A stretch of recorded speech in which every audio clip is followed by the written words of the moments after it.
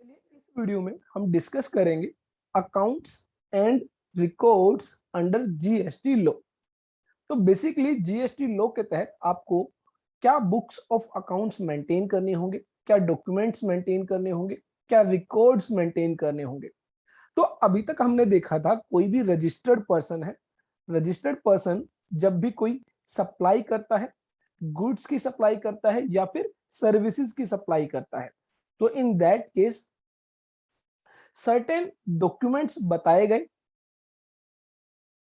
जो कि registered person के द्वारा इशू किए जाते हैं। तो ऐसे में जो रेसिपिएंट है, जो बायर है, उसको आइदर टैक्सेबल इनवॉइस या फिर bill of supply, debit note, credit note, receipt voucher, payment voucher, तो और भी बहुत सारे डॉक्यूमेंट्स हैं जो रजिस्टर्ड पर्सन के द्वारा रेसिपिएंट को, बायर को इशू किए जाते हैं। तो इन्हीं के बेसिस पर आप क्या करते हैं, अपनी रिटर्न्स फाइल करते हैं। रिटर्न्स मींस आप जो है अपनी डिटेल्स गवर्नमेंट को बताते हैं कि आपने ड्यूरिंग द पीरियड कितनी आउटवर्ड आपकी जो सप्लाई रही है, कितनी आपकी इनवर्ड सप्लाई दैट इज आपने परचेज किया है, जिस पर आप इनपुट टैक्स क्रेडिट क्लेम करते हैं। तो वो सभी डिटेल्स आप क्या करते हैं, रिटर्न्स के जरिए गवर्नमेंट को बताते हैं। तो ऐसे में अगर मैं बहुत बात करूं, मोस्ट कॉमनली जो आप फाइल करते हैं जीएसटीआर 1 एंड जीएसटीआर 3B, जो कि मोस्ट कॉमन रिटर्न है। इसके अलावा भी बहुत सारी रिटर्न्स फाइल की जाती है जो कि हम अपने रिटर्न सेशंस के अंदर डिस्कस करेंगे। तो आप क्या करते हैं, इन रिटर्न्स के अंदर जीएसटीआर 1 के अंदर, जीएसटीआर 3B के अंदर आपकी जो भी आउटवर्ड सप्लाई है वो आप डिक्लेयर करते हैं, और आपकी जो इनवर्ड सप्लाई पर इनपुट टैक्स क्रेडिट क्लेम करते हैं वो आप जो है डिक्लेयर करते हैं, और ऑन दैट बेसिस आपकी जो भी टैक्स लायबिलिटी होती है वो आप पे करते हैं। तो जब आप जीएसटीआर 1, जीएसटीआर 3B या जो भी आपकी जीएसटी रिटर्न है वो फाइल करते हैं, तो बेसिकली गवर्नमेंट अगर इंश्योर करना चाहती है कि आपने अपनी सही सही आउटपुट जो है आउटवर्ड सप्लाई डिक्लेयर की है, सही सही इनवर्ड सप्लाई पर इनपुट टैक्स क्रेडिट डिक्लेयर किया है, सही आउटपुट टैक्स लायबिलिटी आपने मेंशन की है रिटर्न्स के अंदर। तो वो कैसे पता चलेगा, वो पता चलेगा from the books of accounts. जो आपने रिकॉर्ड्स मेंटेन किए हैं, उन रिकॉर्ड्स के बेसिस पर ही गवर्नमेंट जो है ये इंश्योर कर सकती है, ये पता लगा सकती है कि आपने सही डिटेल्स इन रिटर्न्स के अंदर फाइल की है या नहीं की है।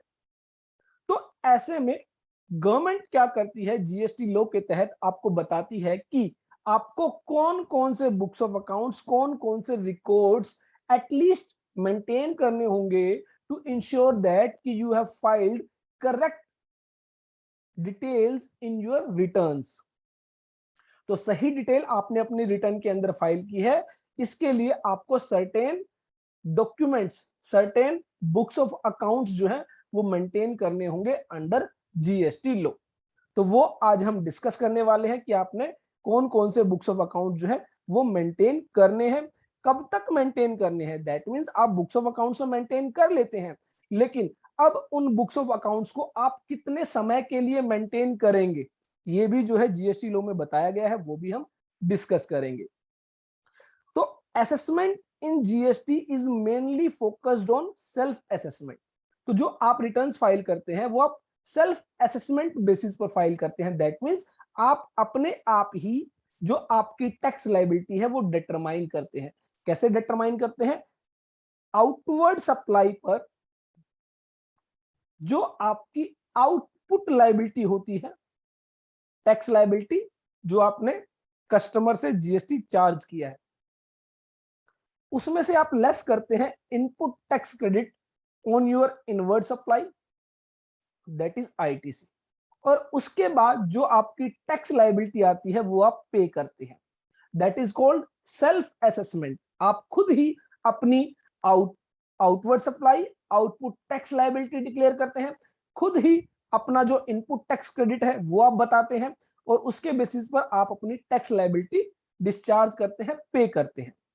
तो ऐसे में every tax payer is required to self assess the tax payable and furnish a return for specified tax periods, that is the period for which return is required to be filed. तो return का जब हम session discuss करेंगे तो वहां पर हम देखेंगे ये जो डिटेल्स हैं,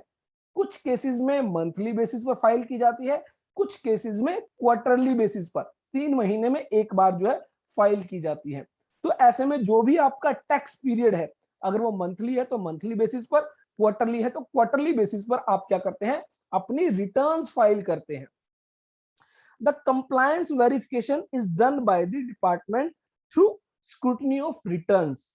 ऑडिट एंड और इन्वेस्टिगेशन। तो डिपार्टमेंट क्या करता है, आपकी जो डिटेल्स हैं रिटर्न्स के जरिए जो आपने सबमिट की है उनकी स्क्रूटनी करता है, दैट मींस उनको जांचता है कि क्या वो आपने सही फाइल की है या फिर नहीं, ऑडिट करता है, एग्जामिनेशन करता है, इन्वेस्टिगेशन करता है। Thus, the compliance verification is to be done through documentary check। और इसके लिए कुछ डॉक्यूमेंट्स की जरूरत होती है, तो वो डॉक्यूमेंट्स क्या करने होंगे, आपको मेंटेन करने होंगे। तो ऐसे में फिजिकली कंट्रोल की बजाय डॉक्यूमेंट्री चेक जो है वो ज्यादा किया जाता है। This require certain obligation to be cast on the tax payer for keeping and maintaining account and records. तो इसीलिए गवर्नमेंट कभी भी भविष्य में, फ्यूचर में आपकी जो टैक्स लायबिलिटी है, आपने रिटर्न्स के अंदर जो डिटेल्स सबमिट की है उनको जांचने के लिए कि आपने सही फाइल की है या नहीं, तो कुछ डॉक्यूमेंट्स, कुछ बुक्स ऑफ अकाउंट्स जो है आपसे मेंटेन कराती है। क्या बुक्स ऑफ अकाउंट्स है, वो बेसिकली सेक्शन 35 में आपको बताए गए। तो सेक्शन 35 बात करता है accounts and other records.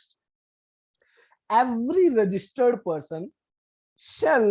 keep and maintain at his principal place of business। तो जो सबसे पहली बात है, आपको अपने जो बुक्स ऑफ अकाउंट्स जो भी आप मेंटेन करते हैं वो आपको कहां पर मेंटेन करने हैं, at your principal place of business. For example mister A है, और मिस्टर ए मान लीजिए इनकी जो फैक्ट्री है लेट से वो दिल्ली में है, और दिल्ली स्टेट में ही ये जो है जीएसटी लॉ के तहत रजिस्टर्ड है। और मान लीजिए इनका जो रेजिडेंस है, इनका रेजिडेंस है हरियाणा में, हरियाणा में ये रहते हैं, रेजिडेंस है, और जहां पर इनका रेजिडेंस है वहीं पर क्या करते हैं, ये बुक्स ऑफ अकाउंट्स मेंटेन करते हैं। तो क्या इनकी प्रैक्टिस सही है? The answer is no. जहां पर आपका प्रिंसिपल प्लेस ऑफ बिजनेस है वहीं पर आपको अपने बुक्स ऑफ अकाउंट्स मेंटेन करने होंगे। तो दिल्ली में अगर आपका प्रिंसिपल प्लेस ऑफ बिजनेस है तो आपको दिल्ली में ही एट प्रिंसिपल प्लेस, जहां पर आपका प्रिंसिपल प्लेस है वहीं पर आपको बुक्स ऑफ अकाउंट्स मेंटेन करने होंगे। प्रिंसिपल प्लेस ऑफ बिजनेस आपको जनरली जो आपका जीएसटी सर्टिफिकेट है, जीएसटी REG06, उसके अंदर आपको बताया जाता है कि आपका प्रिंसिपल प्लेस ऑफ बिजनेस क्या है, जो at the time of registration आप सबमिट करते हैं, as mentioned in the certificate of a registration. तो वहां पर आप क्या करेंगे, अपने बुक्स जो है, बुक्स ऑफ अकाउंट जो है, रिकॉर्ड्स जो है वो मेंटेन करेंगे। A true and correct account of, तो आपको जो है ट्रू और करेक्ट जो है वो अकाउंट्स मेंटेन करने हैं, जो ट्रू होने चाहिए, सही होने चाहिए, और करेक्ट होने चाहिए, उनके अंदर कोई मिस्टेक नहीं होनी चाहिए। सबसे पहले बताया गया प्रोडक्शन और मैन्युफैक्चर ऑफ गुड्स। तो अगर आप एक मैन्युफैक्चरिंग यूनिट मेंटेन करते हैं तो ऐसे में आपको प्रोडक्शन और मैन्युफैक्चर ऑफ गुड्स, कितनी गुड्स आपने ड्यूरिंग दिस दैट पीरियड जो है वो मैन्युफैक्चर की है, प्रोड्यूस की है, तो इसके लिए आपको क्या करना होगा, रजिस्टर ऑफ प्रोडक्शन वो जो है मेंटेन करना होगा। लेट से जुलाई मंथ के अंदर आपने कितनी गुड्स मैन्युफैक्चर की हैं, कितनी गुड्स प्रोड्यूस की हैं, अगस्त मंथ के अंदर आपने कितनी गुड्स प्रोड्यूस की है। तो अगर मान लीजिए आप एक से ज्यादा गुड्स प्रोड्यूस करते हैं तो कैटेगरी वाइज आपको जो है वो डिटेल्स मेंटेन करनी होंगी। Inward and outward supply of goods और सर्विसेज और बोथ। तो इनवर्ड सप्लाई मींस परचेज आपने जो गुड्स की है, जो सर्विसेज आपने ली है, उनके रिगार्डिंग भी आपको क्या करना होगा, एक परचेज रजिस्टर मेंटेन करना होगा। तो जितनी भी आप परचेज करते हैं, चाहे वो गुड्स की परचेज है या फिर सर्विसेज की परचेज है, उसके लिए आपको एक परचेज रजिस्टर मेंटेन करना होगा। और सिमिलरली जो आपकी आउटवर्ड सप्लाई होगी, जो आप सेल करते हैं, sale of goods, sale of services, इसके लिए आपको सेल्स रजिस्टर मेंटेन करना होगा। स्टॉक ऑफ गुड्स, तो आपके पास क्या स्टॉक ऑफ गुड्स है वो आपको मेंटेन करना होगा। यहां पर स्टॉक ऑफ सर्विसेज की बात नहीं की गई है, रीजन बिंग सर्विसेज का कोई स्टॉक नहीं होता। तो गुड्स के केस में रॉ मटेरियल का कितना स्टॉक है, वर्क इन प्रोग्रेस का कितना स्टॉक है, और फिनिश्ड गुड्स का कितना स्टॉक है, वो आपको क्या करना होगा,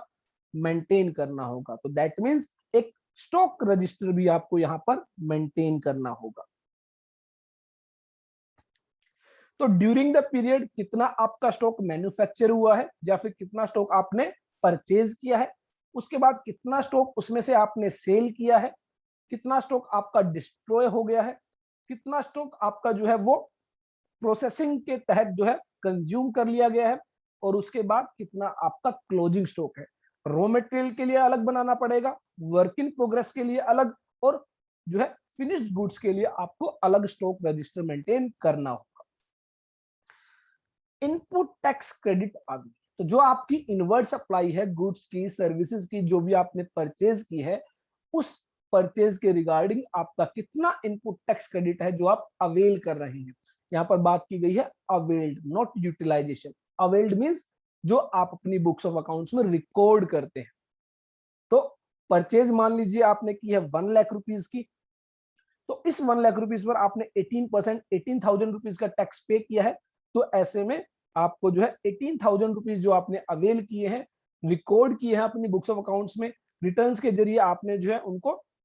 अपने क्रेडिट लेजर में शिफ्ट किया है, उसके लिए आपको इनपुट टैक्स क्रेडिट अवेल्ड के रिगार्डिंग जो है अपना डॉक्यूमेंट्स जो है, बुक्स जो है वो मेंटेन करनी होगी। Output tax payable and paid, तो जैसा कि आपने आउटवर्ड सप्लाई के लिए रजिस्टर मेंटेन किया, इनवर्ड सप्लाई के लिए रजिस्टर मेंटेन किया, इनपुट टैक्स क्रेडिट के रिगार्डिंग आपने जो है अपने डॉक्यूमेंट्स मेंटेन किए, तो ऐसे में जो आपकी आउटपुट टैक्स लायबिलिटी उसके बाद आती है आउटपुट टैक्स पेबल, और कितना आपने आउटपुट टैक्स पे किया है, दोनों के लिए ही आपको क्या है, अपने जो है डॉक्यूमेंट्स मेंटेन करने होंगे। Such other particulars as may be prescribe, तो कुछ और डॉक्यूमेंट्स बताए गए हैं जो रूल्स के अंदर हम देखेंगे, रूल्स के अंदर डॉक्यूमेंट्स बताए गए हैं, वो डॉक्यूमेंट्स भी अलोंग विद दिस 5 रिकॉर्ड्स आपको मेंटेन करने होंगे। तो इसका मतलब अगर मैं जनरली बात करूं तो register of goods produced, that is आपने ड्यूरिंग द पीरियड कितनी गुड्स प्रोड्यूस की है, मैन्युफैक्चर की है। परचेज रजिस्टर जो आपकी इनवर्ड सप्लाई है गुड्स की या फिर सर्विसेज की या फिर दोनों की। सेल्स रजिस्टर जो आपकी आउटवर्ड सप्लाई है, उसके रिगार्डिंग आपको सेल्स रजिस्टर मेंटेन करना होगा। स्टॉक रजिस्टर कितना आपके पास क्लोजिंग स्टॉक है, चाहे वो रॉ मटेरियल का है, फिनिश्ड गुड्स का है, वर्क इन प्रोग्रेस का है। इनपुट टैक्स क्रेडिट अवेल, जो आपकी इनवर्ड सप्लाई के रिगार्डिंग आपने कितना इनपुट टैक्स क्रेडिट अवेल किया है, अपनी बुक्स के अंदर रिकॉर्ड किया है, रिटर्न्स के तहत जो है उसको क्रेडिट लेजर में शिफ्ट किया है। आउटपुट टैक्स लायबिलिटी, तो आउटवर्ड सप्लाई के रिगार्डिंग आपकी क्या आउटपुट टैक्स लायबिलिटी है, और आउटपुट टैक्स लायबिलिटी में से इनपुट टैक्स क्रेडिट क्लेम करने के बाद आपकी क्या आउटपुट टैक्स लायबिलिटी है और कितना आपने पे किया है, वो डिटेल्स आप मेंटेन करेंगे। और अदर रिकॉर्ड्स एज स्पेसिफाइड, तो रूल्स के अंदर हम देखेंगे कुछ और रिकॉर्ड जो है वो आपको मेंटेन करने होते हैं। अब बात आई कि मान लीजिए किसी व्यक्ति के एक से ज्यादा प्लेस ऑफ बिजनेस है। मान लीजिए कोई व्यक्ति जो है वो मिस्टर एक्स है, वो हरियाणा स्टेट में रजिस्टर्ड है, हरियाणा स्टेट में रजिस्टर्ड है, वो 2 शहर, 2 सिटीज के अंदर जो है मान लीजिए रजिस्टर्ड है। तो यहाँ पर सिटी 1 है, सिटी 2 है। तो अब बात आई कि ऐसे में बुक्स ऑफ अकाउंट्स कहाँ मेंटेन किए जाए। तो ऐसे में कहा गया कि जिस जगह पर जो एक्टिविटी की जा रही है, उस जगह पर उस एक्टिविटी के लिए आप जो है रिकॉर्ड्स मेंटेन कर सकते हैं। provided that where one or more place of business is specified in the certificate of registration, the accounts relating to each place, city 1 से रिलेटेड जो अकाउंट्स होंगे वो सिटी 1 जो प्रिंसिपल प्लेस ऑफ बिजनेस है वहां मेंटेन किए जाएंगे, और सिटी 2 से रिलेटेड जो अकाउंट्स होंगे, रिकॉर्ड्स होंगे, वो सिटी 2 जो प्रिंसिपल प्लेस ऑफ बिजनेस है वहां पर मेंटेन किए जाएंगे। तो accounts relating to each place of business shall be kept at such place of business, provided further that the registered person may keep and maintain such accounts and other particulars in electronic form। तो आप जो अपने books of accounts हैं, जो records हैं, उनको electronic form में भी मेंटेन कर सकते हैं। इसके रिगार्डिंग हालांकि रूल्स में भी हमें कुछ बात बताई गई है जो हम डिस्कस करें। एवरी ओनर और operator of a warehouse, godown और any other place used for storage of goods, and every transporter, irrespective of whether he is a registered person or not, shall maintain records of the consignor, consignee and other relevant details of the goods in such manner as may be prescribed। तो basically यहाँ पर जो बात बताई गई है कि अगर कोई वेयर हाउस है, तो वेयर हाउस में जनरली क्या होता है, लेट से मान लीजिए मिस्टर एक्स है, मिस्टर एक्स का जो है एक वेयर हाउस है, और इस वेयर हाउस में वो क्या करते हैं, कुछ लोगों की जो गुड्स है उनको जो है स्टोर करते हैं। लेट्स से मिस्टर ए है, मिस्टर ए क्या करते हैं, अपनी गुड्स को कुछ समय के लिए मिस्टर एक्स के वेयर हाउस में क्या करते हैं, स्टोर करते हैं। बदले में मिस्टर एक्स क्या करते हैं, उसके लिए कुछ चार्जेस जो है वो मिस्टर ए से रिकवर करते हैं। अब देखा जाए तो गुड्स जो वेयर हाउस के अंदर है वो मिस्टर ए से बिलोंग करती है, जबकि ये जो गुड्स स्टोर है वो मिस्टर एक्स के वेयर हाउस में है। तो ऐसे में कहा गया अगर कोई भी वेयर हाउस का ओनर है, कोई भी गोडाउन का ओनर है, तो उसको क्या करना होगा, कंसाइनर या कंसाइनी की डिटेल मेंटेन करनी होगी। दैट मींस जिस व्यक्ति की गुड्स वहां मेंटेन है, वेयर हाउस में स्टोर्ड है, तो किस व्यक्ति की वो गुड्स है, कितनी गुड्स है, कितनी अमाउंट की गुड्स है, वो सभी क्या करना होगा, मिस्टर एक्स को उनका रिकॉर्ड मेंटेन करना होगा। दूसरी बात, इन केस ऑफ ट्रांसपोर्टर, तो ट्रांसपोर्टर जनरली क्या करते हैं, ट्रांसपोर्टर के केस में जो मिस्टर ए है और मिस्टर बी है, तो मिस्टर ए मिस्टर बी को कुछ गुड्स डिलीवर करना चाहते हैं, तो ऐसे में वो एक ट्रांसपोर्टर की हेल्प लेते हैं, लेट से मिस्टर एक्स की। तो मिस्टर ए क्या करते हैं, उन गुड्स को मिस्टर एक्स के यहाँ जो है भेज देते हैं, और मिस्टर एक्स उन गुड्स को मिस्टर बी को डिलीवर कर देता है। तो अगेन ये जो गुड्स है ट्रांसपोर्टर से बिलोंग नहीं करती है, लेकिन इसके लिए उन्हें कुछ रिकॉर्ड्स मेंटेन करने होंगे कि कंसाइनर की डिटेल्स क्या है, कंसाइनी की डिटेल्स क्या है, और क्या गुड्स जो है वो सेंड किए जा रहे हैं थ्रू दिस ट्रांसपोर्टर। और यह ट्रांसपोर्टर भले ही रजिस्टर्ड पर्सन हो या ना हो, इसको वो रिकॉर्ड्स मेंटेन करने ही होंगे। एवरी ओनर और operator of a warehouse और गोडाउन और any other place used for storage of goods and every transporter, irrespective of whether he is a registered person or not, shall maintain the records of the consignor, consignee and other relevant details of the goods in such manner as may be prescribed। तो जहां पर भी prescribe की बात की गई है वहां पर हम क्या करेंगे, रूल्स के अंदर डिस्कस करेंगे कि उस केस में आपको क्या डॉक्यूमेंट्स मेंटेन करने हैं। उसके अलावा बताया गया द कमिश्नर में notify A class of taxable person to maintain additional accounts or documents for such purposes as may be specified therein। तो कमिश्नर को पावर दी गई है कि किसी पर्टिकुलर टैक्सेबल पर्सन के केस में, क्लास ऑफ टैक्सेबल पर्सन के केस में अगर कमिश्नर को लगता है कि ये एडिशनल रिकॉर्ड्स मेंटेन किए जाने चाहिए, तो वो नोटिफाई कर सकता है। लेट्स से हॉस्पिटल इंडस्ट्री के लिए लगता है कि कुछ अलग रिकॉर्ड्स मेंटेन होने चाहिए, तो उनको नोटिफाई किया जा सकता है। रियल एस्टेट इंडस्ट्री के लिए लगता है तो रियल एस्टेट इंडस्ट्री के लिए अलग से नोटिफाई किया जा सकता है कि ये बुक्स ऑफ अकाउंट्स मेंटेन होने चाहिए। तो कमिश्नर को पावर दी गई है वो क्या कर सकता है, नोटिफाई कर सकता है एक class of taxable person to maintain additional records, additional accounts. तो यहाँ पर जो अकाउंट्स बताए गए हैं उनके अलावा और एडिशनल डॉक्यूमेंट्स भी जो है मेंटेन कराए जा सकते हैं। उसके अलावा बताया गया where the commissioner consider that any class of taxable person is not in a position to keep and maintain accounts in records with the provision of this section, he may, for reasons to be recorded in writing, permit such class of taxable person to maintain accounts in such manner as may be prescribed. तो commissioner को अगर ये लगता है कि particular class of taxable persons के लिए जो अकाउंट्स, जो रिकॉर्ड जीएसटी लॉ में बताए गए हैं वो मेंटेन करना मुश्किल है, तो ऐसे में वो उन क्लास ऑफ टैक्सेबल पर्संस को क्या कर सकता है, एग्जम्प्ट कर सकता है कि उनको जो है बुक्स ऑफ अकाउंट्स मेंटेन करने की जरूरत नहीं है, या फिर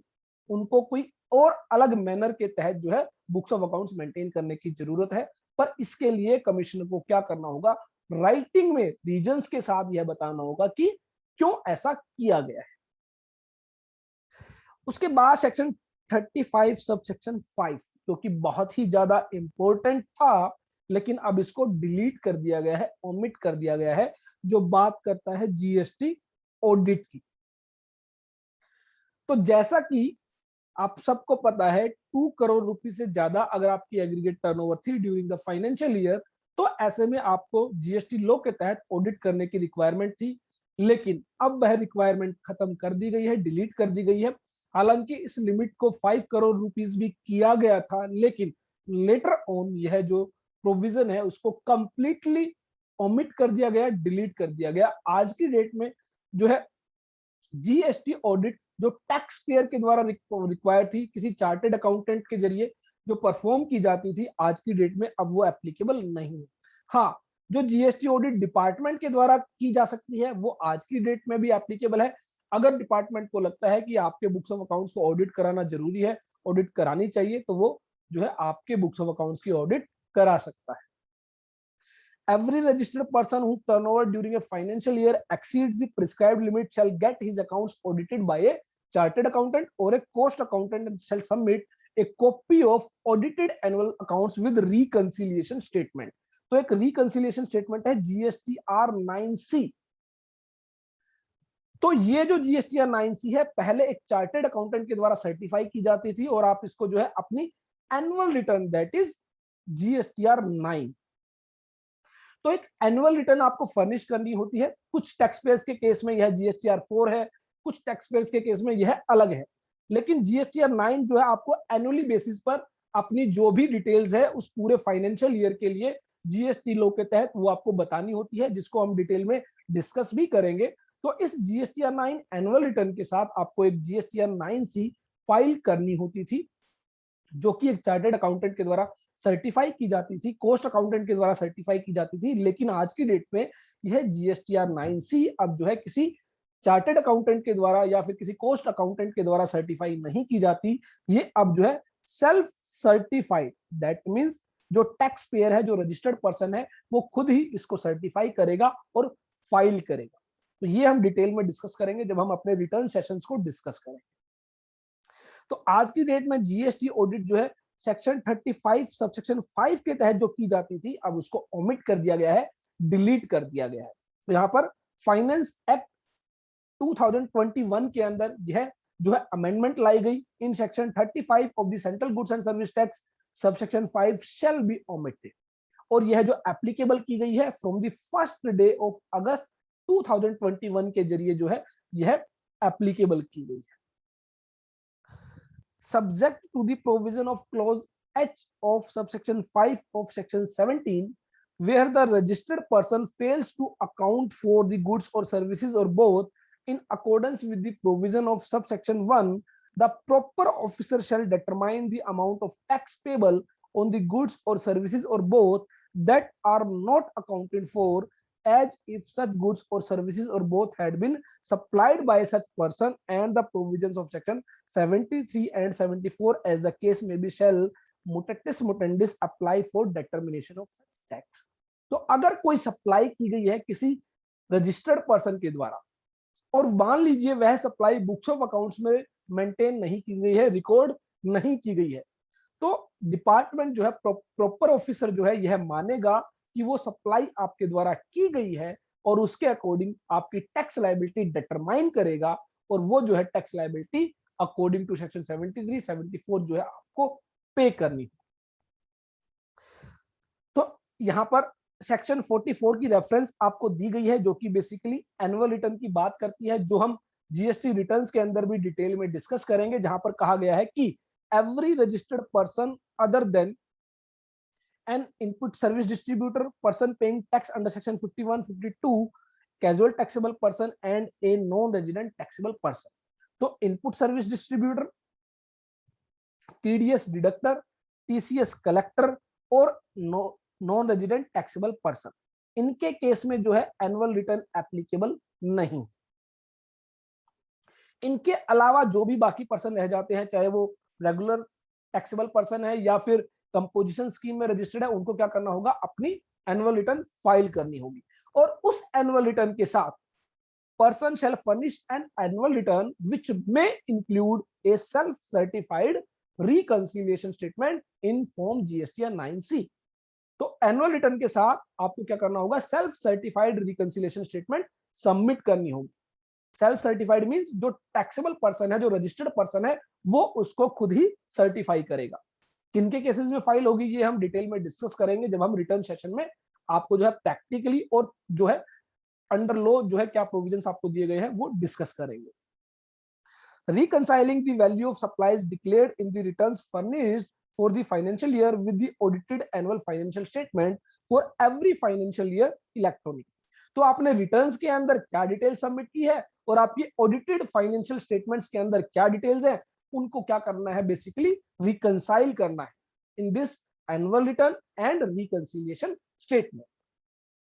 Provided that the commissioner may in the recommendation of the council by notification exempt any class of registered person from the filing of annual return। तो यहां पर भी एक पावर दी गई है, कमिश्नर चाहे तो कुछ क्लास ऑफ पर्संस को जो है एग्जम्प्ट कर सकता है, उनको एनुअल रिटर्न फाइल करने की जरूरत नहीं है। Provided further that nothing contained in this section shall apply to any department of the central government, state government, local authority whose books of accounts are subject to audit by CAG, Comptroller and Auditor General of India, or an auditor appointed for auditing the accounts of law under any law for the time being in force।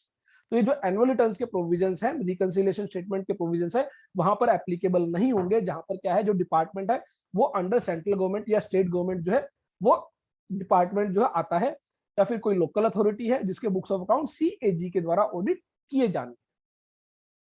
तो ये जो basically notification है, notification number 29/2021, again 1 अगस्त 2021 से यह जो self certification है insert किया गया है। तो दैट मींस अब जो है रजिस्टर्ड पर्सन जो है खुद ही सर्टिफाई करेगा कि जो एनुअल रिटर्न्स के साथ एक रिकंसिलिएशन स्टेटमेंट, जो ऑडिटेड फाइनेंशियल स्टेटमेंट्स में जो डिटेल्स है और रिटर्न्स के अंदर आपने जो डिटेल्स फर्निश की है, अगर उनमें कोई भी डिफरेंस है तो वो इस जीएसटी 9C के जरिए आप जो है गवर्नमेंट को, CBIC को जो है आप बताएंगे। तो ये प्रोविजन अगेन हम रिटर्न्स में भी डिस्कस करेंगे, यहां पर सिर्फ आपको रेफरेंस देनी इसलिए जरूरी थी कि सेक्शन 35 सब सेक्शन 5 जो अकाउंट्स एंड रिकॉर्ड्स की बात करता था, वो साथ में ये भी बात करता था कि ये अकाउंट्स और रिकॉर्ड्स सर्टेन केसेस में ऑडिट भी कराए जाएंगे, लेकिन अब वो जो है ऑडिट प्रोविजन डिलीट कर दिया गया है। आज की डेट में डिपार्टमेंट के पास पावर है कि वो आपके बुक्स ऑफ अकाउंट्स ऑडिट करा सकता है, लेकिन अब रजिस्टर्ड पर्सन को सेक्शन 35 के तहत ऑडिट कराने की रिक्वायरमेंट नहीं है। उसके बाद जो अकाउंट्स बताए गए, जो रिकॉर्ड्स बताए गए, जो आपको मेंटेन करने हैं, वो आपको कब तक मेंटेन करने हैं। तो every registered person required to keep and maintain books of accounts और other records in accordance with the provision of subsection 1 of section 35 shall retain them until the expiry of 72 months from the due date of furnishing of annual return for the year pertaining to such accounts and records। तो मान लीजिए अभी जो financial year है वो है 2021-22, तो that means 31 मार्च 22 को यह फाइनेंशियल ईयर एंड होगा। और इस फाइनेंशियल ईयर की जो एनुअल रिटर्न है उसको फाइल करने की जो ड्यू डेट है वो ड्यू डेट है 31 दिसंबर 2022। तो इस पीरियड से लेकर 72 मंथ्स, इतने समय तक आपको ये जो रिकॉर्ड्स है मेंटेन करने होंगे, दैट इज 6 इयर्स। तो 31 दिसंबर 2028 तक जो है आपको जो बुक्स ऑफ अकाउंट्स हैं, जो रिकॉर्ड्स हैं, वो मेंटेन करने होंगे। तो जिस भी फाइनेंशियल ईयर से रिलेटेड वो डॉक्यूमेंट्स है, उस फाइनेंशियल ईयर की जो एनुअल रिटर्न है उसको फाइल करने की जो ड्यू डेट है, उस ड्यू डेट से लेकर 72 मंथ तक आपको वो जो है उस फाइनेंशियल ईयर के जो रिकॉर्ड्स है, जो डॉक्यूमेंट्स है, जो अकाउंट्स है, वो मेंटेन करने होंगे, अपने पास संभाल कर रखने होंगे। गवर्नमेंट जो है, डिपार्टमेंट जो है, कभी भी जो है ऑडिट के लिए या किसी और इन्वेस्टिगेशन के लिए आपसे वो बुक्स ऑफ अकाउंट जो है मांग सकता है, और ऑन डिमांड जब भी मांगे जाएंगे आपको प्रोड्यूस करना जरूरी है। Provided that a registered person who is party to an appeal or revision or any other proceeding before any appellate authority or revisional authority or appellate tribunal or court, whether filed by him or by the commissioner or is under investigation for offense under chapter 19, shall retain the books of accounts and other records pertaining to the subject matter of such appeal or revision or proceeding or investigation for a period of 1 year after final disposal of such appeal, revision, proceeding or investigation, or for the period specified above, whichever is later। तो अगर मान लीजिए आप किसी dispute की वजह से, कोई भी डिस्प्यूट है जो आपका डिपार्टमेंट के साथ है या फिर किसी और व्यक्ति के साथ है, उसकी वजह से आपके जो बुक्स ऑफ अकाउंट्स है, आपकी जो भी डिस्प्यूट है वो किसी कोर्ट में, किसी अपीलेट अथॉरिटी में, किसी रिविजनल अथॉरिटी में, किसी ट्रिब्यूनल में अगर वो पेंडिंग है, तो ऐसे में आपको वो बुक्स ऑफ अकाउंट जो है 72 मंथ से ज्यादा पीरियड के लिए भी मेंटेन करने पड़ सकते हैं। तो उस कोर्ट की, उस अथॉरिटी की जो भी फाइनल फाइंडिंग्स होंगी, जो भी ऑर्डर होगा, जो भी फाइनल डिस्पोजल होगा, उस डिस्पोजल से अगले 1 साल तक भी आपको डॉक्यूमेंट जो है मेंटेन करने होंगे। अब मान लीजिए इसी केस में अगर हम बात करें फाइनेंशियल ईयर 2022 के रिगार्डिंग, मान लीजिए इनपुट टैक्स क्रेडिट को लेकर या किसी और मैटर को लेकर हमारा जो है डिस्प्यूट है डिपार्टमेंट के साथ, और हम उस डिस्प्यूट को लेकर मान लीजिए किसी कोर्ट में चले जाते हैं, किसी ट्रिब्यूनल में चले जाते हैं, और लेट से 30 नवंबर 2028 को जो है वो फाइनल ऑर्डर आता है। तो ऐसे में देखा जाए फाइनेंशियल ईयर 21-22 के लिए हमें 31 दिसंबर 2028 तक ही बुक्स ऑफ अकाउंट्स मेंटेन करने हैं, लेकिन हमारा फाइनल फाइंडिंग्स आती है 30 नवंबर 2028 को। तो ऐसे में बताया गया अगले 1 साल तक, दैट इज 29 नवंबर 2029 तक आपको बुक्स ऑफ अकाउंट्स मेंटेन करने होंगे। तो इस डेट में और इस डेट में जो भी डेट लेटर ऑन होगी, उस डेट तक आपको बुक्स ऑफ अकाउंट्स मेंटेन करने जरूरी है। तो that means maximum period 72 months है, लेकिन सर्टेन केसेस में यह जो पीरियड है वो एक्सटेंड हो सकता है। अगर कोई डिस्प्यूट आपका किसी कोर्ट में, किसी ट्रिब्यूनल में है और वहां पर जो फाइनल डिस्पोजल आता है, तो उस फाइनल डिस्पोजल के 1 साल तक आपको वो बुक्स ऑफ अकाउंट्स, वो रिकॉर्ड्स मेंटेन करना जरूरी है। क्योंकि हो सकता है कि आपके फेवर में अगर वो जो ऑर्डर आता है, तो डिपार्टमेंट हो सकता है अगेंस्ट एक हायर अथॉरिटी में उसके अगेंस्ट जो है अपील कर सकता है, या फिर आप खुद भी अगर मान लीजिए डिपार्टमेंट के फेवर में आता है तो आप खुद भी जो है किसी हायर अथॉरिटी में उसके अगेंस्ट अपील कर सकते हैं। तो इसलिए आपको अगले 1 साल तक वो रिकॉर्ड्स मेंटेन करना जरूरी है। उसके बाद रूल 56 हमें बताता है कि सेक्शन 35 सबसेक्शन 1 में आपको जो डॉक्यूमेंट्स बताए गए, उनके अलावा आपको क्या क्या डॉक्यूमेंट्स मेंटेन करने हैं। तो यहां पर बताया गया rule 56, maintenance of accounts by registered person. Every registered person shall keep and maintain, in addition to the particulars mentioned in section 35 subsection 1, section 35 subsection 1 में जो डिटेल्स, जो डॉक्यूमेंट, जो पर्टिकुलर्स आपको बताए हैं वो तो मेंटेन करने ही हैं, उसके अलावा a true and correct account of goods और सर्विसेज इंपोर्टेड और एक्सपोर्टेड और supplies attracting payment of reverse charge along with the relevant documents including invoices, bills of supply, delivery challan, credit note, debit note, receipt voucher, payment voucher and refund voucher। तो वहां पर बात की गई थी stock register की, purchase register की, sales register की, प्रोडक्शन रजिस्टर की, इनपुट टैक्स क्रेडिट अवेल्ड की, आउटपुट टैक्स लायबिलिटी की। उसके अलावा बताया गया आपको जो है इंपोर्ट रजिस्टर और एक्सपोर्ट रजिस्टर भी मेंटेन करना है। उसके अलावा जो डॉक्यूमेंट्स आप इशू करते हैं, इनवॉइसेस हैं, बिल्स है, बिल ऑफ सप्लाई है, डिलीवरी चलान है, क्रेडिट नोट है, डेबिट नोट है, रिसिप्ट वाउचर है, रिफंड वाउचर है, पेमेंट वाउचर है, वो भी आपको मेंटेन करने होंगे। Every registered person other than a person paying tax under section 10। तो एक कंपोजिशन डीलर को छोड़कर बाकी जो रजिस्टर्ड पर्सन है shall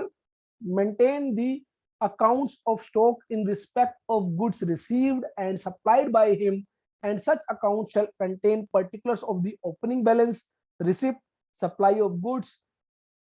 lost, stolen, destroyed, return of, disposal by way of the gift, free sampling or balance of stock, including raw material, finished goods, scrap and wastage thereof। तो stock के regarding आपको बताया गया कि कितना आपका opening stock था, कितना ड्यूरिंग द पीरियड आपने परचेज किया है, रिसीव किया है, कितना आपने सप्लाई किया है, कितना आपका गुड्स चोरी हो गया है, कितना आपका गुड्स डिस्ट्रॉय हो गया है, खराब हो गया है, कितना गुड्स आपने राइट ऑफ कर दिया है, कितना गुड्स आपने फ्री गिफ्ट के तौर पर, फ्री सैंपल के तौर पर डिस्ट्रीब्यूट कर दिया है, और कितना उसके बाद आपका क्लोजिंग स्टॉक बच जाता है। तो ये डिटेल्स आपको मेंटेन करनी है। कंपोजिशन डीलर के केस में जो आपको मेंटेन नहीं करनी, वो मैं आपको बता भी चुका था। कंपोजिशन स्कीम के अंदर बेसिकली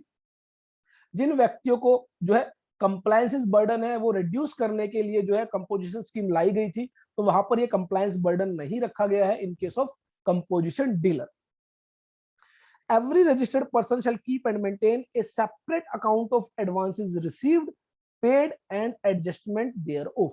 तो कितना आपने advance during the period receive किया है, कितना आपने पे कर दिया है, कितना आपने उसको एडजस्ट किया है, वो आपको जो है मेंटेन करना होगा।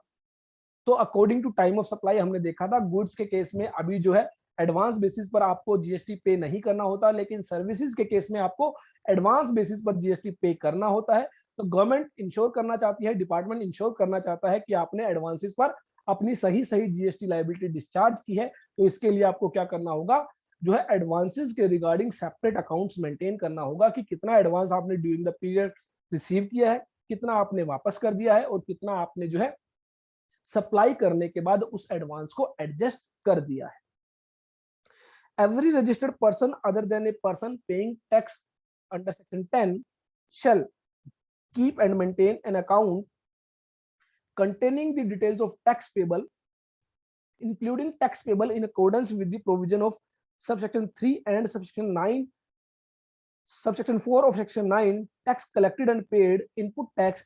credit claimed, together with a register of tax invoice, credit note, debit note, delivery challan issued और received during any tax period. तो उसके साथ ही आपको जो है अलग से अकाउंट्स मेंटेन करना होगा कि ड्यूरिंग द पीरियड जो है आपकी टैक्स लायबिलिटी क्या थी, जो है फॉरवर्ड चार्ज के तहत as well as reverse charge के तहत। तो जो नॉर्मली सेक्शन 9 के तहत, सब सेक्शन 1 के तहत आपका जो फॉरवर्ड चार्ज है उसके तहत आपकी क्या टैक्स लायबिलिटी थी, और section 9 sub section 3 sub section 4 के तहत जो रिवर्स चार्ज है उसके तहत आपकी क्या टैक्स लायबिलिटी थी, ये आपको मेंटेन करना होगा। कितना ड्यूरिंग द पीरियड आपने टीसीएस टैक्स कलेक्ट किया है, कितना आपने टैक्स पे किया है, कितना आपने इनपुट टैक्स क्रेडिट अवेल किया है, कितना इनपुट टैक्स क्रेडिट आपने क्लेम किया है, वो आपको जो है मेंटेन करना होगा। उसके अलावा एक register of tax invoice, credit note, debit note, delivery challan issued और received during any tax period. तो ये रजिस्टर भी आपको मेंटेन करना होगा कि आपने जो है कितने टैक्स इनवॉइसेस इशू किए हैं, क्रेडिट नोट इशू किए हैं, डेबिट नोट इशू किए हैं, डिलीवरी चलान इशू किए हैं, और कितने आपने जो है रिसीव किए हैं regarding your inward supply. Every registered person shall keep the particulars of a name and complete address of supplier from whom he has received the goods or services chargeable to tax under the act। तो जो आपकी inward supply है उसके regarding जो आपका vendor है जिससे आपने वो सप्लाई रिसीव की है, उस वेंडर का नेम, उस वेंडर का कंप्लीट एड्रेस आपको मेंटेन करना होगा। Name and complete address of the person to whom he has supplied a goods or services where required under the provision of this chapter। तो जिस व्यक्ति को आप सेल करते हैं, जो आपका कस्टमर है, उस कस्टमर का भी आपको नेम और कंप्लीट एड्रेस जो है मेंटेन करना होगा। The complete address of the premise where goods are stored by him. तो जो आपका गोडाउन है, वेयर हाउस है, उसका आपको कंप्लीट एड्रेस जो है मेंटेन करना होगा, including goods stored during transit along with the particulars of the stock stored therein. तो उस गुड प्रीमाइस के अंदर कितना गुड्स आपने स्टोर किया है वो भी आपको साथ में मेंटेन करना होगा। If any taxable person are found to be stored at any place other than those declared under sub-rule 5 without the cover of any valid documents, the proper officer shall determine the amount of tax payable on such goods as if such goods have been supplied by the registered person। तो अगर मान लीजिए आपने अपनी जो goods है वो principal place of business पर स्टोर नहीं की है, या फिर जो आपका गोडाउन जो आपने जीएसटी लॉ के तहत जो मेंशन किया है वो उस गोडाउन में भी आपने वो गुड्स जो है स्टोर नहीं किए, किसी थर्ड प्लेस पर आपने वो गुड्स जो है स्टोर की है, और मान लीजिए वो जो प्लेस है आपने जीएसटी रजिस्ट्रेशन के तहत भी मेंशन नहीं किया और उसके बाद भी आपने डिपार्टमेंट को नहीं बताया उस प्लेस के बारे में, तो ऐसे में अगर उस थर्ड प्लेस पर आपके गुड्स वहां पर स्टोर किए हुए मिलते हैं तो प्रॉपर ऑफिसर यह मानेगा कि आपने वो गुड्स सप्लाई कर दिए हैं, सेल कर दिए हैं, और अकॉर्डिंगली उस पर टैक्स लायबिलिटी डिटरमाइन करेगा। Any every registered person shall keep the books of accounts at the principal place of business and books of accounts relating to additional place of business mentioned in his certificate of registration, and such books of accounts shall include any electronic form of data stored any electronic device। तो आपको जो basically books of accounts maintain करने हैं वो principal place of business जो है आपका वहां पर उनको मेंटेन करना है, और जो एडिशनल प्लेस है जो आपने अपने जीएसटी रजिस्ट्रेशन में मेंशन किया है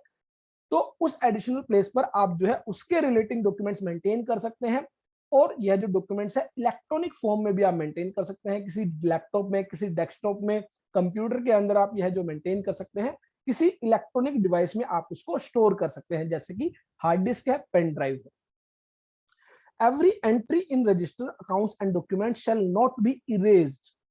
affected or overwritten, and all incorrect entries otherwise than those of clerical nature। तो कोई भी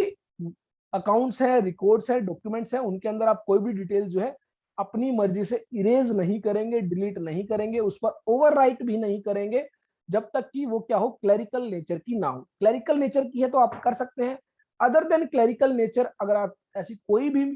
जो है इरेज कर रहे हैं डिटेल या उस पर ओवरराइट कर रहे हैं तो ऐसे में माना जाएगा आपने सही बुक्स ऑफ अकाउंट्स मेंटेन नहीं किए हैं।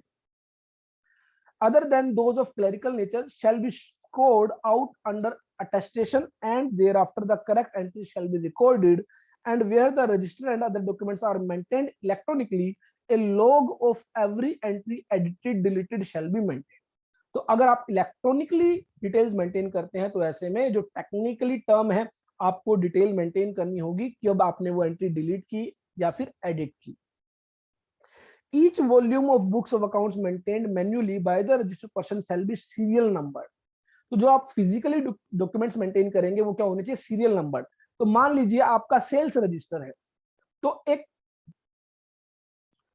एक सर्टेन लिमिट के बाद आप जो है सेल्स रजिस्टर जो है आपका वो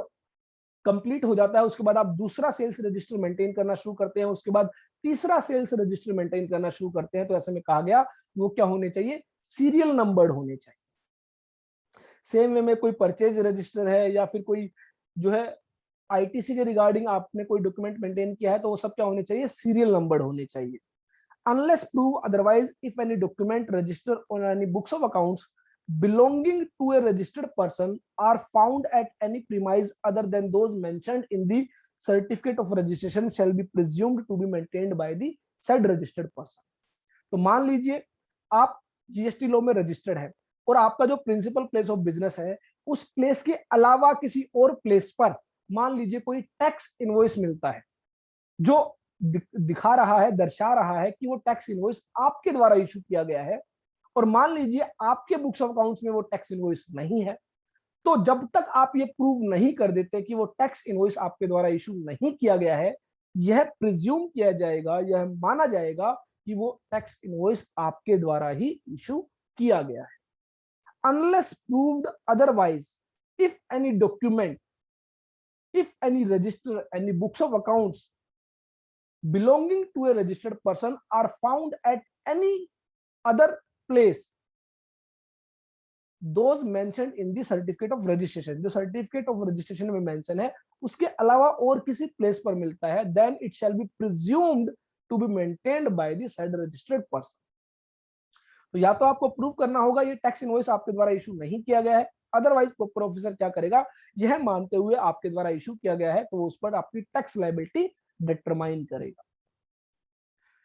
उसके अलावा बताया गया एवरी एजेंट, एजेंट के केस में particular of authorization received by him from his each principal to receive or supply goods or services on behalf of such principal। तो एक एजेंट जो है जिस भी प्रिंसिपल के साथ काम करता है उस प्रिंसिपल की ऑथोराइजेशन उसके पास होनी जरूरी है कि जो प्रिंसिपल से गुड्स बिलोंग करती है उनके रिगार्डिंग उसको ऑथोराइज किया गया है कि वो उन गुड्स की सप्लाई कर सकता है। Particular including description, value and quantity of goods और services received on behalf of every principal. तो जिस भी प्रिंसिपल से उसे जितनी भी गुड्स मिली है, जितनी वैल्यू की गुड्स मिली है, क्वांटिटी ऑफ गुड्स जो है वो क्या करेगा, मेंटेन करेगा। Particulars including description, value and quantity of goods और services supplied on behalf of every person, कितनी गुड्स उसके द्वारा सप्लाई की गई है, description, value and quantity. Details of accounts furnished to every principal, तो जो भी अकाउंट जो है फर्निश किए जाते हैं प्रिंसिपल को, उन सबकी डिटेल जो है मेंटेन की जाएगी by the agent. Tax paid on receipts और ऑन सप्लाई ऑफ गुड्स और services affected on behalf of every principal. तो एवरी प्रिंसिपल के बिहाफ पर जो भी टैक्स लायबिलिटी है जो रिसीव की गई है वो जो है मेंटेन की जाएगी by that agent. Every registered person manufacturing goods shall maintain monthly production account, तो मंथली बेसिस पर आपका प्रोडक्शन अकाउंट मेंटेन किया जाएगा कि पर्टिकुलर पीरियड के अंदर, पर्टिकुलर मंथ के अंदर आपने कितनी गुड्स मैन्युफैक्चर की है, कितनी गुड्स प्रोड्यूस की है, showing quantity details of raw material or service used in the manufacture and quantitative details of goods so manufactured including the waste and by products। तो कितना रॉ मटेरियल यूज करते हुए आपने कितनी फिनिश्ड गुड्स प्रोड्यूस की है, including wastage, including जो है बाय प्रोडक्ट्स, जो आपके सेमी प्रोडक्ट्स होते हैं वो भी आपको डिटेल मेंटेन करनी हो। Every registered person supplying services shall maintain the account showing quantitative details of goods used in the provision of services। अगर आप सर्विसेज देते हैं और सर्विसेज देने के लिए आप कोई गुड्स कंज्यूम करते हैं तो ऐसे में आपको डिटेल्स मेंटेन करनी होगी कि आपने सर्विसेज प्रोवाइड करने के लिए कितनी क्वांटिटी ऑफ गुड्स जो है वो आपने कंज्यूम की है। Details of input services utilised and the service applied, तो जो आपने सर्विसेज यूज की है सर्विसेज प्रोवाइड करने के लिए उसकी डिटेल्स भी आपको जो है मेंटेन करनी होगी। तो सर्विस प्रोवाइडर अगर आप हैं, सर्विस प्रोवाइड करते हैं, सर्विस प्रोवाइड करने के लिए कुछ गुड्स आप कंज्यूम करते हैं या कुछ सर्विसेज आप दूसरे बंदों से लेते हैं तो उसके रिगार्डिंग भी आपको डिटेल्स मेंटेन करनी होगी। Every registered person executing works contract shall keep separate accounts for work contract. तो वर्क्स कॉन्ट्रैक्ट के लिए क्या करना होगा, सेपरेट डिटेल्स मेंटेन करनी होगी। क्या, name address of the person on whose behalf the work contract is executed, तो उस बंदे का नाम दैट इज कॉन्ट्रैक्टी, उसका नाम और उसका address. Description, value and quantity of goods और services received for execution of works contract, उस वर्क्स कॉन्ट्रैक्ट को एग्जीक्यूट करने के लिए कितनी गुड्स जो है आपने रिसीव की है उनकी डिस्क्रिप्शन, वैल्यू एंड क्वांटिटी आपको मेंटेन करनी होगी। Detail description, value and quantity of goods services utilised in the execution of works contract, जो आपने रिसीव की है उसमें से कितनी आपने यूटिलाइज की है उस वर्क्स कॉन्ट्रैक्ट को एग्जीक्यूट करने के लिए।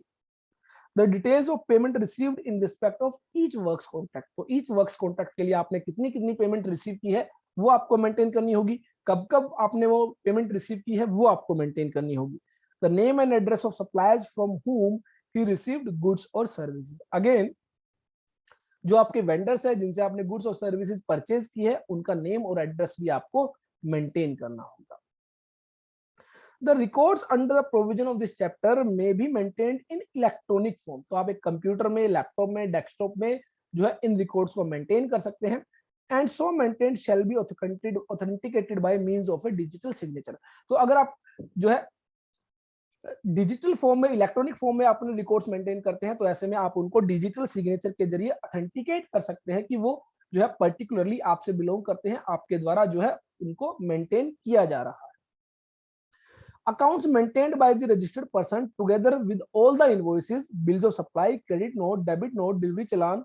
relating to stocks, deliveries, inward supply, outward supply shall be preserved for the period as provided in section 36, that is 72 months, where such accounts and documents are maintained manually, be kept at every related place of business mentioned in the certificate of registration and shall be accessible at every related place of business where such accounts and documents are maintained digitally.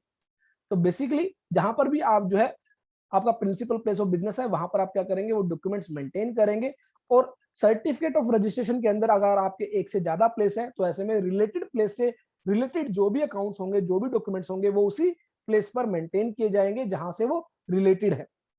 और ऐसे में आप उसको क्या कर सकते हैं, अगर वो डिजिटली है, इलेक्ट्रॉनिक फॉर्म में है, तो आप जो है प्रत्येक every related place of business जो भी है आपका, जो भी आपके एडिशनल प्लेस है, वहां से जो है आप उन रिकॉर्ड्स को जो है एसेस कर सकते हैं, देख सकते हैं।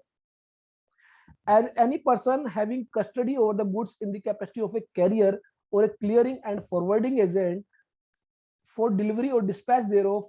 to a recipient on behalf of every registered person shall maintain true and correct records in respect of such goods handled by him on behalf of such registered person and shall produce the details thereof as and when required by the proper officer। तो again वही बात यहाँ पर बताई गई है कि जो ट्रांसपोर्टर है, जो कैरियर है, या फिर कोई वेयर हाउस जो ओनर है, तो ऐसे में यहाँ पर क्लियरिंग और फॉरवर्डिंग एजेंट की बात की गई है। उनको भी क्या करना होगा कि जिस रजिस्टर्ड पर्सन के बिहाफ पर उन्होंने जो गुड्स रिसीव की है और जिस व्यक्ति को वो डिस्पैच करने वाले हैं, सेंड करने वाले हैं, उनके रिगार्डिंग जो है डिटेल्स मेंटेन करनी होगी। और साथ ही क्या गुड्स है, क्या क्वांटिटी है, क्या डिस्क्रिप्शन है, क्या अमाउंट है, वो डिटेल्स भी मेंटेन करनी होगी। Every registered person shall on demand produce the books of accounts where he is required to maintain under any law for the time being in force। तो ऑन डिमांड मैंने आपको बताया, जो डिपार्टमेंट है, proper officer है, कभी भी आपसे जो है बुक्स ऑफ अकाउंट्स की डिमांड कर सकता है टू इंश्योर दैट कि आपने जो डिटेल्स फर्निश की है इन योर रिटर्न्स, वो आपने सही डिटेल्स फर्निश की है, तो इसके रिगार्डिंग जो है वो आपको बुक्स ऑफ अकाउंट्स प्रोड्यूस करने के लिए कह सकता है। और ऐसे में आपको बुक्स ऑफ अकाउंट्स प्रोड्यूस करने होंगे अगर प्रॉपर ऑफिसर के द्वारा डिमांड की गई। उसके बाद rule 57 generation and maintenance of electronic records. Proper electronic backup of records shall be maintained and preserved in such manner that in the event of destruction of such record due to accident or natural causes, the information can be restored within a reasonable period of time। तो अगर आप electronically books of accounts maintain करते हैं तो ऐसे में आपको जो है बैकअप लेना होगा, सो दैट मान लीजिए आपका लैपटॉप डिस्ट्रॉय हो जाता है, खराब हो जाता है, आपका कंप्यूटर जो है वो डिस्ट्रॉय हो जाता है, तो ऐसे में उन बैकअप्स के जरिए जो आपका इलेक्ट्रॉनिक डाटा है, जो रिकॉर्ड्स है, उनको फिर से रीस्टोर किया जा सके। तो ऐसे में अगर मान लीजिए आपने इलेक्ट्रॉनिक फॉर्म में details, documents, records, books of accounts maintain किए हैं और आपने बैकअप नहीं लिया है, तो ऐसे में यह एक डिफॉल्ट माना जाएगा। The registered person maintain electronic records shall produce on demand the relevant records or documents duly authenticated by him in hard copy or in any electronic readable format। तो जो है रजिस्टर्ड पर्सन से जब भी जो data है, record जो है इलेक्ट्रॉनिक फॉर्म में मेंटेन किए हैं, उनको मांगा जाता है, तो ऐसे में वो ड्यूली ऑथेंटिकेटेड जो है रजिस्टर्ड पर्सन के द्वारा होंगे और उनको जो है हार्ड कॉपी में या किसी और readable format that is pen drive form में आप जो है प्रॉपर ऑफिसर को प्रोवाइड करेंगे। Where the accounts and records are stored electronically by any registered person, he shall on demand provide the details of such files, password or such explanation for the codes used where necessary for access and any other information which is required for such access along with a sample copy in print form of the information stored in such files। तो मान लीजिए electronic data तो आपने proper officer को provide कर दिया, लेकिन वो क्या है, पासवर्ड प्रोटेक्टेड है, और आप क्या करते हैं, पासवर्ड नहीं बताते हैं, या फिर जो डाटा आपने प्रोवाइड किया है वो किसी अदर लैंग्वेज में है, अदर कोड्स यूज किए गए हैं जिनको नॉर्मली कॉमनली कोई समझ नहीं पाता है, तो ऐसे में आपको उन कोड्स को बताना होगा कि क्या उस इंफॉर्मेशन में बेसिकली बताया गया है, क्या इंफॉर्मेशन मेंटेन की गई है। तो ऐसे में कोई कोड आप यूज करते हैं, पासवर्ड आप यूज करते हैं, जिससे जो प्रॉपर ऑफिसर है उस डाटा को, इंफॉर्मेशन को एक्सेस नहीं कर पा रहा है, समझ नहीं पा रहा है, देख नहीं पा रहा है, तो ऐसे में आपको क्या करना होगा, वो पासवर्ड्स, वो कोड्स जो है वो प्रॉपर ऑफिसर को बताने होंगे, जिससे कि प्रॉपर ऑफिसर उन इंफॉर्मेशन को एक्सेस कर पाए। Records to be maintained by owner or operator of godown or warehouse and transporters। तो रूल 58 स्पेसिफिकली आपको बताता है in case of godown owner, in case of warehouse owner, in case of transporter आपको क्या क्या details जो है maintain करनी होगी। तो इसके रिगार्डिंग बेसिकली बताया गया है, every person required to maintain records and accounts in accordance with the provision of sub section 2 of section 35 if not already registered under the act shall submit the details regarding his business electronically on the common portal in form GST ENR 01। तो basically जैसे कि आपको पता है transporter है, same way में जो warehouse owner है या गोडाउन ओनर है, उनको जीएसटी लॉ में रजिस्ट्रेशन लेने की जरूरत नहीं है। वो क्या कर सकते हैं, अपनी डिटेल जो है फॉर्म जीएसटी ENR 01 के जरिए सबमिट कर सकते हैं, और ऐसे में उनको क्या कर दिया जाएगा, इनरोल कर दिया जाएगा, एक इनरोलमेंट नंबर उनके लिए जनरेट कर दिया जाएगा, और उस इनरोलमेंट नंबर के बेसिस पर जो डॉक्यूमेंट्स, जो डिटेल्स मेंटेन करने के लिए कही है, वो जो है डॉक्यूमेंट्स डिटेल्स जो है मेंटेन कर सकते हैं, और जो है गवर्नमेंट को, सीबीआईसी को जो है रिपोर्ट कर सकते हैं। They shall submit the business details in form GST ENR 01 either directly through facilitation center, and upon validation of the details furnished, a unique enrollment number shall be generated and communicated to the said person. For the purpose of chapter 16 of these rules, a transporter who is registered in more than one state, union territory having the same permanent account number, he may apply for a unique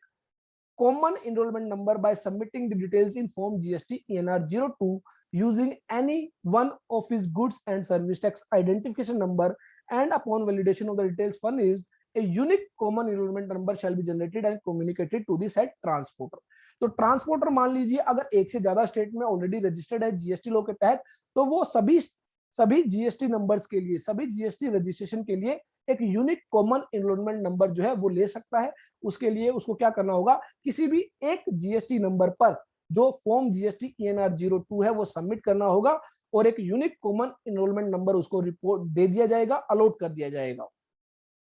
Provided that where the said transporter has obtained a unique common enrollment number, he shall not be eligible to use any of the goods and service tax number for the purpose of the said chapter 16। तो chapter 16 के लिए जो है वो उस goods and service tax number जो है, किसी भी goods and service tax number को यूज नहीं कर पाएगा, यूनिक कॉमन एनरोलमेंट नंबर जो होगा वही यूज किया जाएगा। The person enrolled under Schedule 1 as aforesaid in any other state, union territory shall be deemed to be enrolled in the state or union territory। तो वो क्या माना जाएगा, सभी स्टेट्स और यूनियन टेरिटरी में जो है रजिस्टर्ड माना जाएगा, अगर एक unique common enrolment number generate कर दिया गया है। Every person who is enrolled under Schedule 1 shall required amend the details furnished in form GSTR ENR 01 electronically on the common portal, either directly or through a facilitation center notified by the commissioner। तो अगर मान लीजिए कोई particulars, कोई details आपकी change हो जाती है, तो ऐसे में आप क्या कर सकते हैं, फॉर्म GSTR ENR 01 को अमेंड कर सकते हैं। Subject to the provision of Rule 56, every person engaged in the business of transportation goods shall maintain records of goods transported, delivered, and goods stored in transit by him, along with the goods and service tax number of the registered consignor and consignee for each of his branch। तो जो भी goods उसके द्वारा जो है move की जा रही हैं, उसके लिए उसको जो है consignor, consignee as well as जो गुड्स है उनकी डिटेल जो है मेंटेन करनी होगी। तो कंसाइनर का नेम है, एड्रेस है, service tax, goods and service tax number है, वो मेंटेन करना होगा। गुड्स के रिगार्डिंग क्या डिस्क्रिप्शन है, क्या क्वांटिटी है, क्या अमाउंट है, कितनी गुड्स डिस्पैच कर डिलीवर कर दी गई है, कितनी गुड्स इन ट्रांजिट है, वो सभी डिटेल्स मेंटेन करनी होगी। सेम वे में एवरी ओनर और operator of a warehouse godown shall maintain books of accounts with respect to the period for which particular goods remains in the warehouse, including the particulars relating to dispatch, movement, receipt and disposal of such goods। तो owner और operator of warehouse को भी क्या करना होगा, books of accounts maintain करने होंगे with respect to कि वो गुड्स जो है कितने पीरियड के लिए गोडाउन में रही, उसके बाद कब वो डिस्पैच की गई, कब उसको जो है हैंडओवर कर दिया गया, कब उसको डिस्पोज ऑफ किया गया, वो सभी डिटेल जो है मेंटेन करनी होगी। द ओनर और the operator of the godown shall store the goods in such manner that they can be identified item wise and owner wise। तो मान लीजिए एक वेयर हाउस के अंदर, गोडाउन के अंदर 10 व्यक्तियों की गुड्स स्टोर्ड है, तो ऐसे में पर्टिकुलर किसी भी पॉइंट ऑफ टाइम पर यह पता लगाया जा सके कि किस ओनर की, किस व्यक्ति की कितनी गुड्स जो है वहां पर स्टोर है।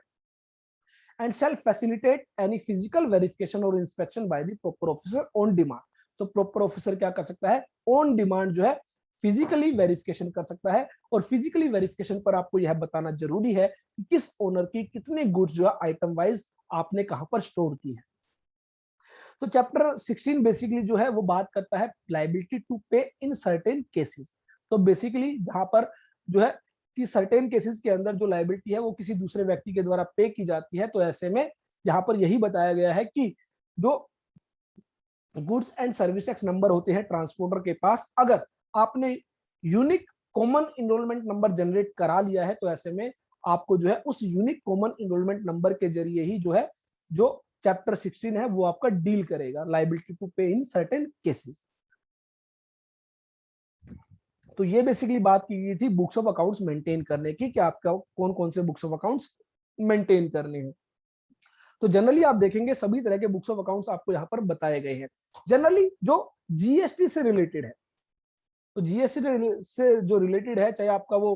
परचेज रजिस्टर है, चाहे वो सेल रजिस्टर है, चाहे वो स्टॉक रजिस्टर है, चाहे वो प्रोडक्शन रजिस्टर है, ये सभी आपके जीएसटी लॉ से रिलेटेड है, क्योंकि इन्हीं के जरिए आपकी सही सही output tax liability as well as सही सही इनपुट टैक्स क्रेडिट जो है वो वेरीफाई किया जा सकता है, और आपकी सही आउटपुट टैक्स लायबिलिटी जो है वो डिस्चार्ज की जा सकती है। तो ये जो बुक्स ऑफ अकाउंट्स है आपको मेंटेन तो करने ही होंगे, साथ में इनको जो है 72 months from the end of the financial year, जो उस फाइनेंशियल ईयर की जो ड्यू डेट होगी एनुअल रिटर्न फाइलिंग करने की, उस ड्यू डेट से लेकर 72 मंथ्स तक आपको जो है वो बुक्स ऑफ अकाउंट्स वो रिकॉर्ड जो है मेंटेन करने हैं। अगर कोई डिस्प्यूट है, आप किसी अपील्स में है, किसी कोर्ट्स में है, और जो है फाइनल डिस्पोजल तक तो आपको वो बुक्स ऑफ अकाउंट्स मेंटेन करने ही है, फाइनल डिस्पोजल के बाद भी 1 साल तक आपको वो बुक्स ऑफ अकाउंट्स मेंटेन करने हो।